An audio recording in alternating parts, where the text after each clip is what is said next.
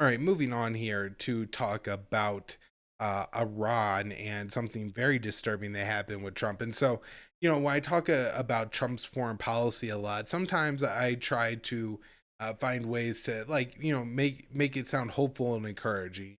Because I don't want to just be bleak and be like, oh, Trump's never gonna do anything right, and he's just an idiot. And when he tweets something that's like end war, you should say, ah, that's great. And so, those are the qualities about Trump that I don't say like I love Donald Trump or anything, but those are the qualities about Donald Trump that people I think could find somewhat appealing. The qualities about Donald Trump that terrify me are stuff like this, which is apparently last week, Trump asked for options for attacking Iran, but then decided to hold off. And apparently, Trump, after losing the election, was looking for options on attacking Iran's main nuclear reactor site.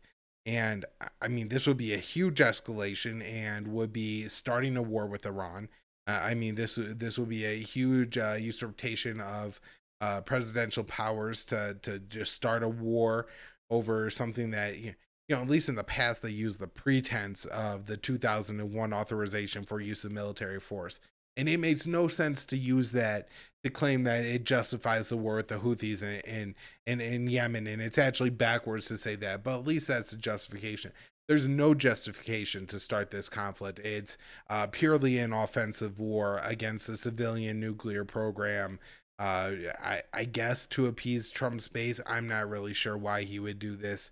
Um, Either that or the people around him, again, as we see from James Jeffrey, don't feed him accurate information. So maybe they really scared Donald Trump to the point where he thought he had to do this. But either way, he did this and met with Mike Pence, Mike Pompeo, Christopher Miller, Mark Milley were the people in attendance. I'm not sure if Mitt Master was in attendance, but apparently Trump really pushed for it, and they talked him out of it.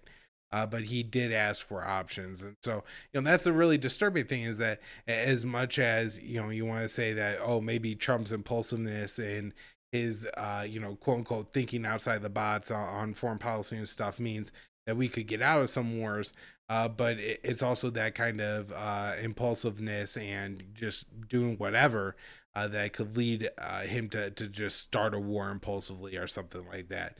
And it's a good thing this didn't happen.